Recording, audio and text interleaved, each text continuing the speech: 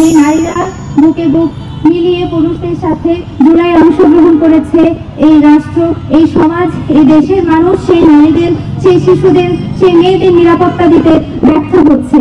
ঢাকা বিশ্ববিদ্যালয়ের সিএসসি রাজু ভাস্কর্যের সামনে বাংলাদেশ ইসলামী ছাত্রী সংস্থার ঢাকা বিশ্ববিদ্যালয়ের শাখা দেশের চলমান নারী নির্যাতন ও শিশু ধর্ষণের যে ইস্যু, সেই ইস্যুতে প্রতিবাদ জানাতে, বিচার দাবি করতে এবং দেশের সর্বস্তরে সচেতনতা তৈরি করতে মানববন্ধনের আয়োজন করেছে। শিশু থেকে শুরু করে বৃদ্ধা পর্যন্ত প্রত্যেকটি নারী নিরাপত্তাহীনতায় ভুগছে।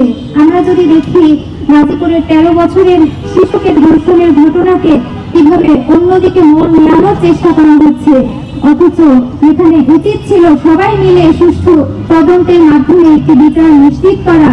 সেটি না করে আমরা দেখতে পাচ্ছি আমাদের প্রগতিশীলরা, সুশীলরা এই ঘটনায় চুপ করে আছে। আমাদের মেইন স্ট্রিম পুরো মিডিয়াতে আমরা সেই নিউজ দেখতে পাইনি। এমনকি পুলিশ প্রশাসন থেকে আমরা অসহযোগিতামূলক আচরণ দেখতে পাচ্ছি এবং সেই ঘটনাটিকে ধর্ষণ নয় বরং প্রেমের ঘটনা হিসেবে চালিয়ে দেওয়া হচ্ছে।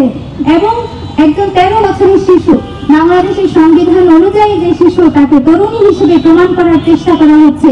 যে সকল ঘটনার তীব্র নিন্দা এবং প্রতিবাদ আমরা জানাচ্ছি এবং আমরা আহ্বান করছি, দাবি জানাচ্ছি এই ঘটনার দ্রুত তদন্তের মাধ্যমে অভিযুক্তদের শাস্তি নিশ্চিত করা। শুধু তাই নয়, আমরা দেখতে পেয়েছি দুর্গাপূজা চলাকালীন সময়ে গাজীপুরে একজন শিশু পুরোহিত কর্তৃক ধর্ষিত হয়েছে এবং খুব রিসেন্টলি গাজীপুরের শ্রীপুরে 9 বছরের একজন শিশু হিন্দু যুবক কর্তৃক ধর্ষিত হয়েছে।